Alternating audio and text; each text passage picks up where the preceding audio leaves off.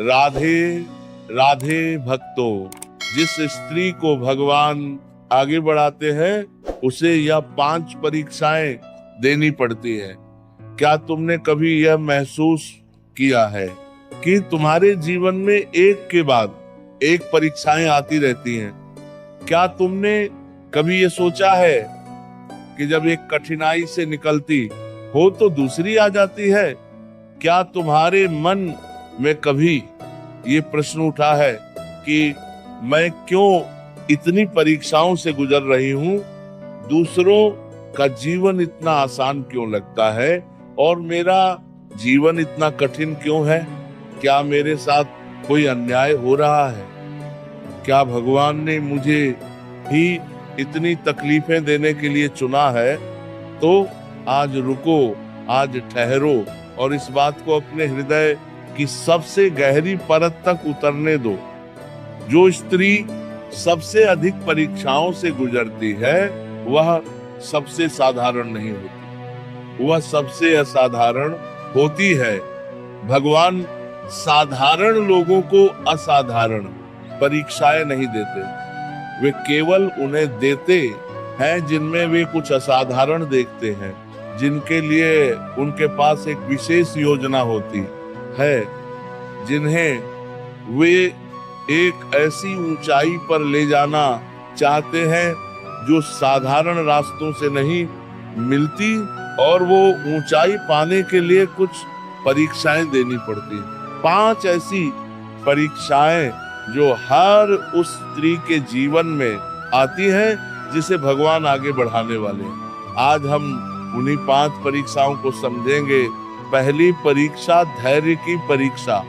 यह सबसे पहली और सबसे लंबी परीक्षा है, धैर्य की परीक्षा।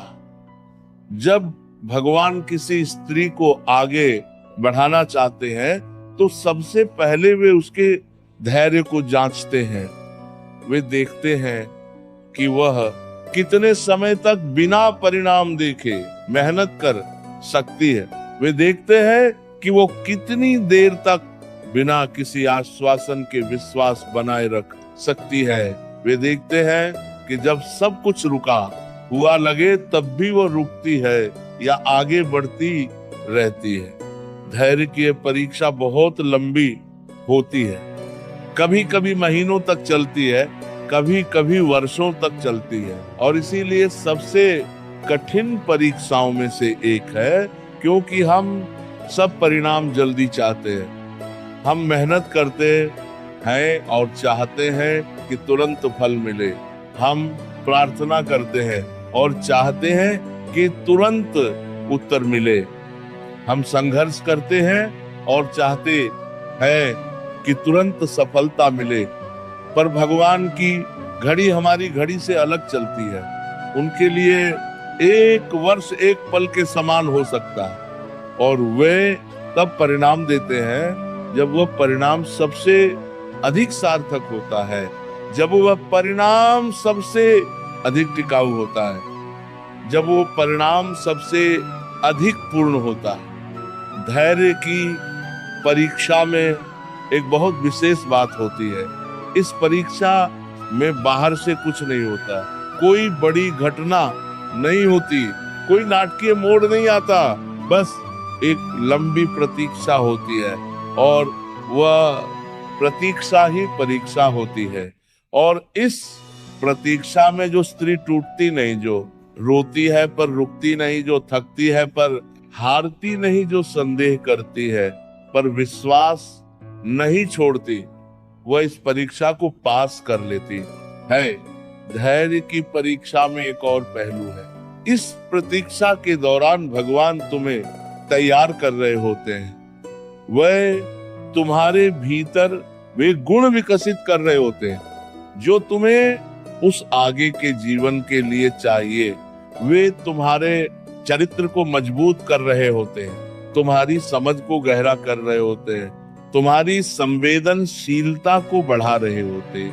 यदि सब कुछ जल्दी मिल जाता तो तुम उस सब के लिए तैयार नहीं होती, तुम उस ऊंचाई को संभाल नहीं पाती। इसलिए भगवान समय लेते हैं। वे तुम्हें उस ऊंचाई के योग्य बनाते हैं। इसीलिए जब प्रतीक्षा बहुत लंबी लगे, जब धैर्य का अंत आता लगे, जब मन कहे कि अब और नहीं, तब एक काम करो, भगवान से कहो कि हे प्रभु, मेरा धैर्य समाप्त हो रहा है, पर मैं तुम पर भरोसा करती हूँ। तुम जब सही समझो तब दो, मैं प्रतीक्षा करूंगी। और फिर वाकई प्रतीक्षा करो, क्योंकि जो प्रतीक्षा करते हैं भगवान उन्हें कभी निराश नहीं करते। दूसरी परीक्षा एकांत और अस्वीकृति की परीक्षा। जब भगवान किसी स्त्री को आगे बढ़ाना चाहते हैं तो दूसरी परीक्षा ये होती है कि वे उसे एकांत में डाल देते हैं, वे उसके जीवन से भीड़ हटा देते हैं, वे उसे उन लोगों से अलग कर देते हैं जो उसे गलत दिशा में खींच रहे थे, वे उसे उस शोर से दूर कर देते हैं जो उसे अपनी आवाज सुनने से रोक रहा था। और इस एकांत के साथ अस्वीकृति भी आती है। जो लोग पहले साथ थे वे दूर हो जाते हैं, जो लोग पहले समझते थे वे अचानक दूरी बना लेते हैं, जो रिश्ते पहले मजबूत लगते थे वे कमजोर पड़ने लगते हैं। और उस स्त्री को लगता है कि वह गलत हो गई, उसे लगता है कि उसके साथ कुछ गलत है, उसे लगता है कि सब उसे छोड़ रहे हैं, पर सच ये है कि भगवान उसे तैयार कर रहे हैं।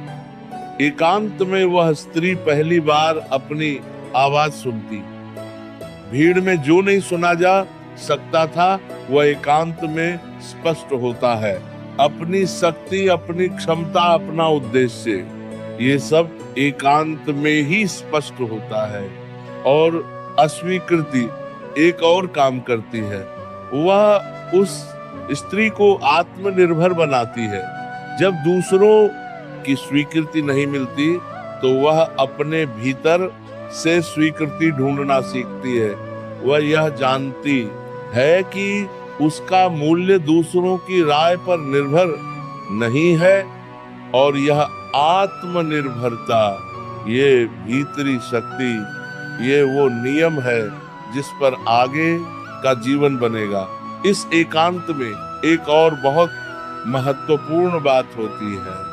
इस एकांत में भगवान से संबंध गहरा होता है। जब इंसानी भीड़ दूर होती है तो भगवान की उपस्थिति अधिक स्पष्ट होती है, और उस उपस्थिति में एक ऐसी शांति मिलती है जो किसी भीड़ में नहीं मिल सकती। इसीलिए जब एकांत आए, जब अस्वीकृति मिले, जब लगे कि सब छोड़ रहे, तो घबराओ मत।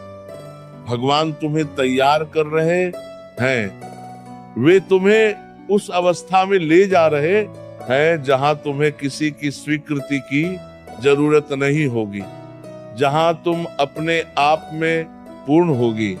और जब एक स्त्री अपने आप में पूर्ण हो जाती है तो भगवान उसके जीवन में वो सब भेजते हैं जो उसे चाहिए। सही लोग, सही अवसर, सही संबंध। तीसरी परीक्षा विश्वास की परीक्षा।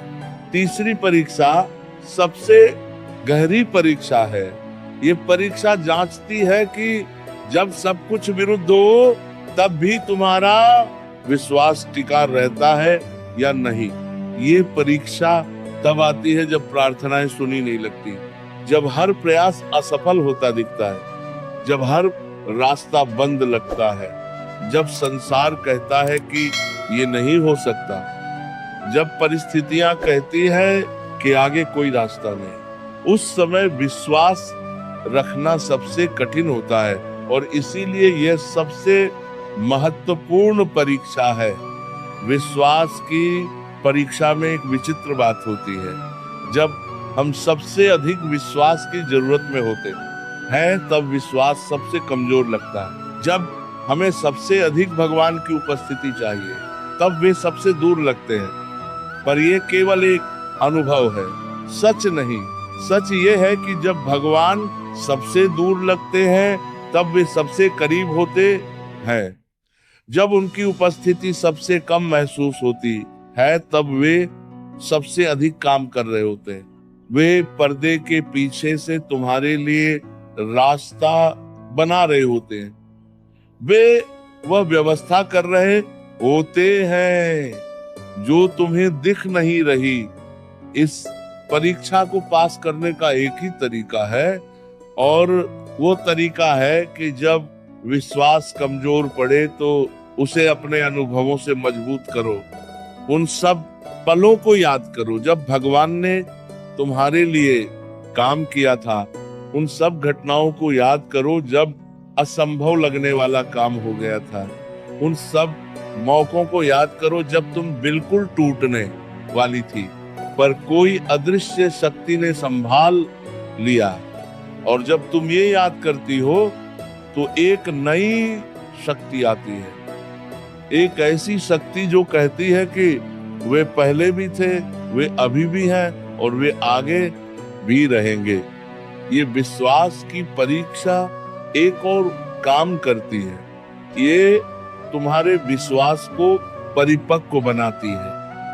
पहले का विश्वास भावनात्मक था, परिस्थितियों पर निर्भर था, पर इस परीक्षा के बाद जो विश्वास बनता है वह अटल होता है। वह किसी परिस्थिति से नहीं डगमगाता, वो किसी तूफान से नहीं हिलता।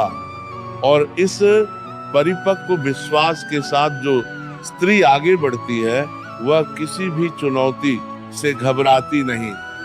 वो जानती है कि भगवान है और जब भगवान है तो सब ठीक होगा। चौथी परीक्षा, क्षमा की परीक्षा। चौथी परीक्षा बहुत विशेष है। ये वह परीक्षा है जो जांचती है कि तुम उन लोगों को क्षमा कर सकती हो या नहीं जिन्होंने तुम्हें सबसे गहरी चोट दी।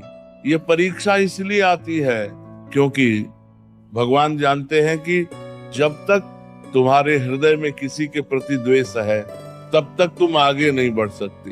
जब तक तुम किसी को माफ नहीं करती तब तक तुम उस बोझ को उठाए चलती रहती हो और वह बोझ तुम्हारी उड़ान को रोकता है। क्षमा करना सबसे कठिन काम है, विशेष रूप से तब जब जो चोट दी गई हो वो बहुत गहरी हो, जब जो अन्याय हुआ हो वह बहुत बड़ा हो, जब जो विश्वासघात हुआ हो वह बहुत दर्दनाक हो।